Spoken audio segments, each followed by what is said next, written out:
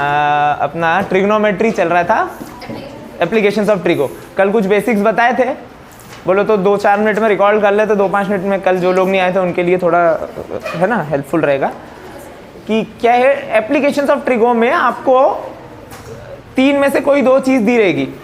3 में से एक चीज़ तो एंगल तो आना ही आना है, ठीक है, क्योंकि अगर एंगल नहीं हुआ तब तो केवल पाइथागोरस थ्योरम बन के रह जाएगी, h² = p² + b²। 3 में से एक चीज़ तो एंगल रहेगी, और ये जो PBH रहते थे इनमें से कोई 2 चीज़ है ना, तो इनमें से 3 में से कोई 2 चीज़ रहेगी और तीसरी निकालनी है ना। जैसे रहता है अंजलि, अब इधर समझ, है ना, यहाँ क्या हो गया, ये परपेंडिकुलर, ये base, hypotenuse, hypotenuse capital H से डिनोट होगी, और हाइट परपेंडिकुलर को अपन ट्रिगो में स्मॉल h से डिनोट करेंगे परपेंडिकुलर को। बेस को लिखा जाएगा x से डिनोट करते हैं ना, और यहाँ रहेगा थीटा, यहाँ या फिर यहाँ पर अगर एंगल ऑफ डिप्रेशन बन रहा है। देखो 2 टाइप के थीटास भी दोनों समझ लेते हैं। अगर यहाँ से अपन मान लो कोई ऑब्जर्वेशन, कल बताया था मैंने कि कोई बंदा यहाँ से ऑब्जर्व कर रहा है नीचे से किसी बड़ी ऊपर की हाइट वाली चीज को, अपन खड़े एफिल टावर की हाइट पे एकदम पीक पे देख रहे हैं, तो अपन नीचे से एंगल बना रहे हैं उसको देखने के लिए, तो थीटा का बन रहा है यहाँ पर बेस पे, है ना। और अगर उसी टाइम पे या किसी दूसरा टावर पे चढ़ा हुआ बंदा नीचे की तरफ देख रहा है, तो वो उसका एंगल ऑफ एलिवेशन नहीं बनेगा, एंगल ऑफ डिप्रेशन, वो नीचे देख रहा है, उसका एंगल ऑफ डिप्रेशन बनेगा, तो वो नीचे की तरफ देख रहा है। तो मैंने बताया था ना, एंगल ऑफ एलिवेशन हो या एंगल ऑफ डिप्रेशन हो, दोनों बनने चालू होंगे हॉरिजन के साथ। हॉरिजन किसको बोलेंगे, अगर नॉर्मली आप ऊपर नीचे नहीं देख रहे हो तो सामने ही देख रहे हो, तो हॉरिजन बनाया जाएगा सामने वाली लाइन पे, एकदम बिल्कुल जिस डायरेक्शन में आप देख रहे हो सामने है ना, मतलब 0 डिग्री की लाइन, वो हॉरिजॉन कहलाएगी। तो उस पे हॉरिजॉन बनाना, अगर ऊपर से कोई भी बंदा देख रहा है तो हॉरिजॉन बनाना जरूरी है ना। लाइन ऑफ साइट, ये लाइन ऑफ साइट है जो एकदम सीधे जा रही है, और इससे एंगल बनना चालू हुआ तो थीटा आ जाएगा, ठीक है। तो यहां पर इसके कारण ये एंगल वापस थीटा बन जाएगा। कारण पता है, अल्टरनेट इंटीरियर एंगल्स। भैया अपना गंदा दिमाग मत चलाओ, ठीक है। अच्छा ऐसा, ओके सही है, सॉरी, नहीं इसके पढ़ाई में नहीं, अरे मैम बाय करके गई तो ऐसे हंस रहा है ठीक है, चलो इधर इधर इधर आगे, इधर देखो क्या है यार, चलो ठीक है। तो थीटा थीटा है ना, क्यों हो गया, ऑल्टरनेट इंटीरियर एंगल की वजह से। ये एंगल और ये एंगल इक्वली तो होते हैं है ना। तो यहाँ पर क्या हो जाना है, ये ट्राइंगल ABC वगैरह नाम दे देना, जैसा भी देना है। यहाँ ऑलरेडी एक B है तो B तो लिखेंगे नहीं, PQR दे देना, जो भी उसके अकॉर्डिंग, कंडीशन के अकॉर्डिंग अपन नाम दे देंगे। अब मैंने क्या बोला, अगर इनमें आपको बोला है कि परपेंडिकुलर दिया है, बेस निकालना है, थीटा तो गिवन हो गई हर केस में, यहाँ थीटा निकालना होगा, तो perpendicular by base equal to क्या लगा दोगे आप, tan थीटा। वही अपन ने इंट्रोडक्शन टू ट्रिगो में समझा ये रिलेशन, है ना। अगर परपेंडिकुलर, विशेष तेरे को याद है, परपेंडिकुलर और हाइपोटेनियस P/H, वो स्ट्रक्चर याद है पूरा,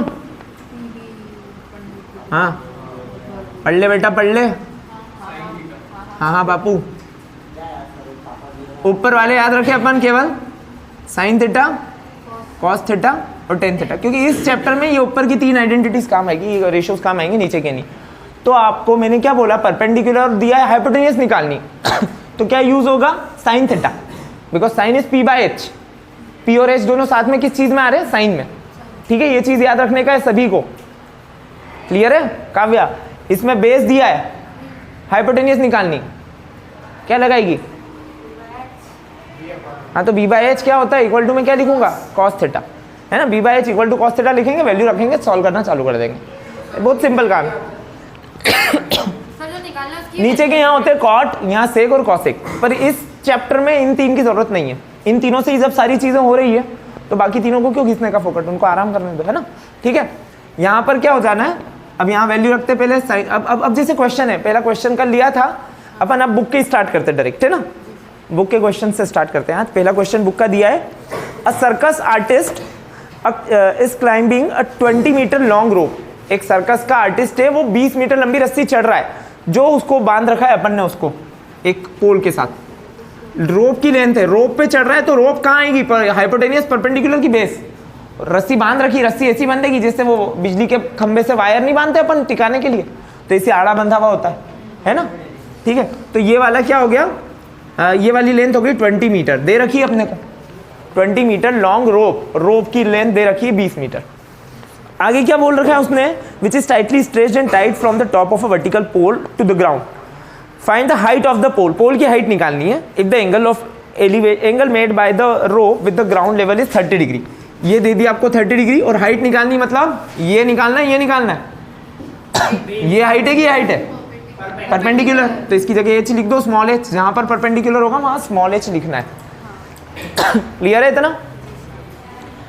अब क्या लगेगा, इस बार किन किन का रेशियो निकालना है, ये क्या है p और ये तो p by h is sine theta. तो अपन लगाएंगे इन, नाम दे दो जो भी देना हो, इन ट्राइंगल ABC ले लो, right angle that B in, ठीक है ना, ABC p by h equals to sine 30 degree. p कितना है भैया, निकालने का है, मतलब small h by h, hypotenuse is given to be 20 metre equal to sine 30 बोले तो 1/2, कल टेबल बनवाई थी मैंने, है ना, साइन 30 1/2, 20 ऊपर आ जाएगा तो h equal to 20/2 that is 10 metre.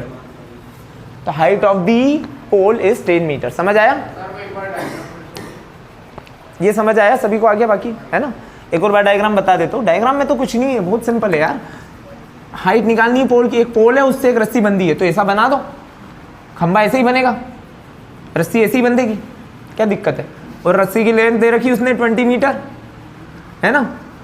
Height निकालनी है और एंगल दे रखा है, एंगल ऑफ एलिवेशन, तो एंगल ऑफ ये तो 90 डिग्री होता है एंगल, और एलिवेशन का एंगल यहाँ पर बनेगा, ग्राउंड के साथ वो 30 डिग्री का एंगल बना रही है, तो 30 डिग्री यहाँ पर बनेगा। कर लो, 1 मिनट दिया, चलते रहने दो video.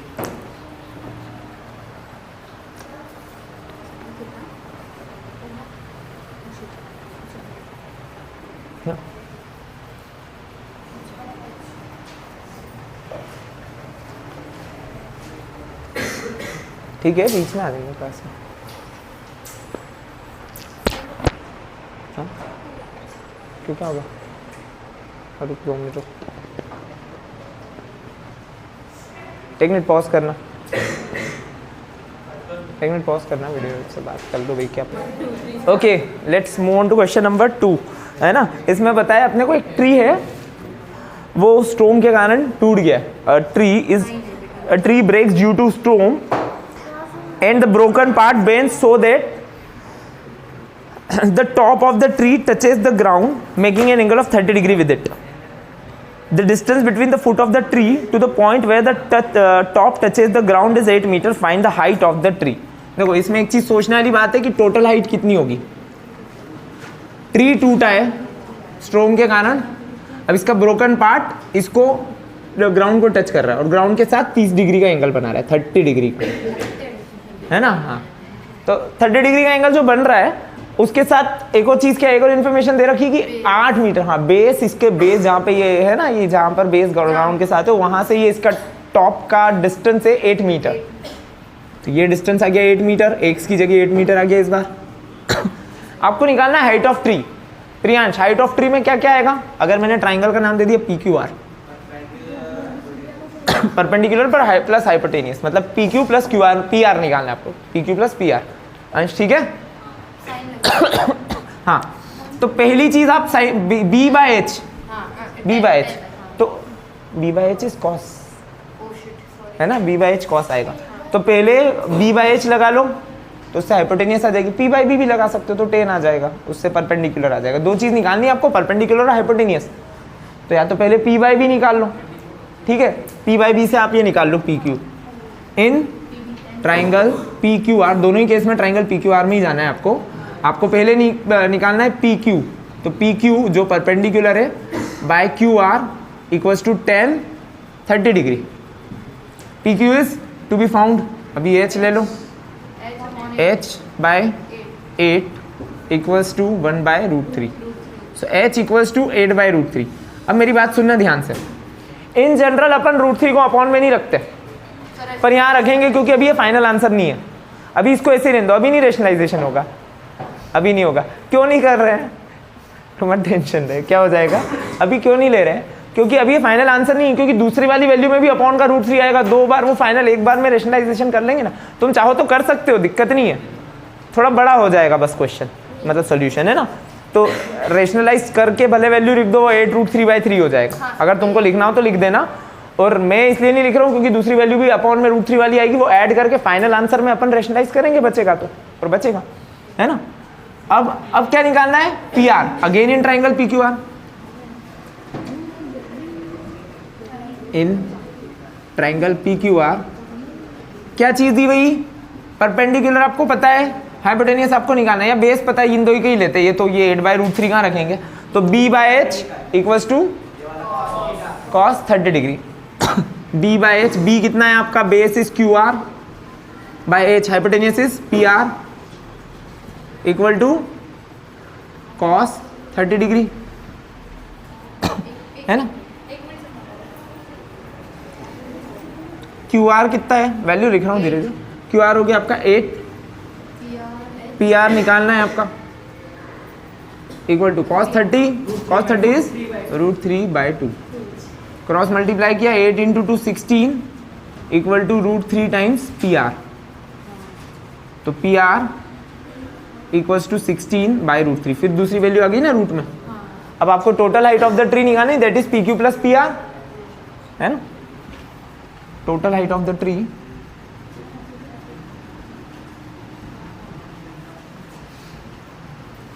Equals to P Q plus P R. P Q कितना है 8/√3, पी आर है 16 plus 16/√3, that is how much 24/√3। अब एक बार रेशनलाइज कर दो इनटू √3/√3, तो ऊपर हो गया 24√3/3, 3 से कैंसिलेबल है, क्या आ गया 8√3 मीटर। यूनिट हमेशा लिखना आंसर में। तो total height of the tree is 8√3 metre. वर्गमूल, वर्गमूल रूट को, हाँ मैंने यहाँ पे रैशनलाइजेशन कर दिया था 8√3 में। सर इसे तो डायरेक्ट भी कर सकते थे ना, 10/30 की x 20 दे रखा है, √3 आइटम इंटू कर दो तो भी आंसर आ जाएगा। हां भाई क्या बोल रहे थे, 10/30 का जो आपने पहले का बताया था ना, तो उससे तो एच ही आएगा ना, यही आएगा। फिर या तो पाइथागोरस थ्योरम लगाने बैठो, या फिर यही। अब ट्रिगो चल रहा है तो पाइथागोरस थ्योरम का क्या लॉजिक है, इसलिए ट्रिगो से ही करो।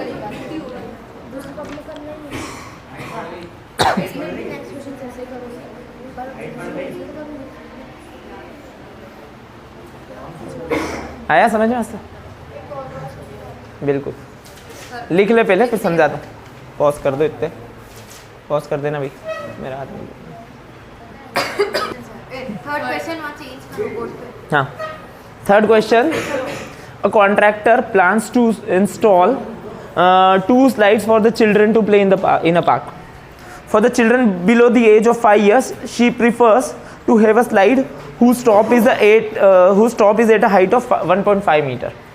है ना, ठीक है है ना। क्वेश्चन नंबर 3 है ये, अपन 2 ही डाल के बैठे हैं, ठीक, ओके। तो है ना, जिनकी एज 5 साल से कम है, हरामी हो इधर देख लो, ठीक है, कुछ नहीं हो गया, ठीक है। तो जिसकी हाइट 5 मीटर, सॉरी जिन बच्चों की एज 5 ईयर से कम है हाइट 5 मीटर तो 15 फीट हो गया, है ना।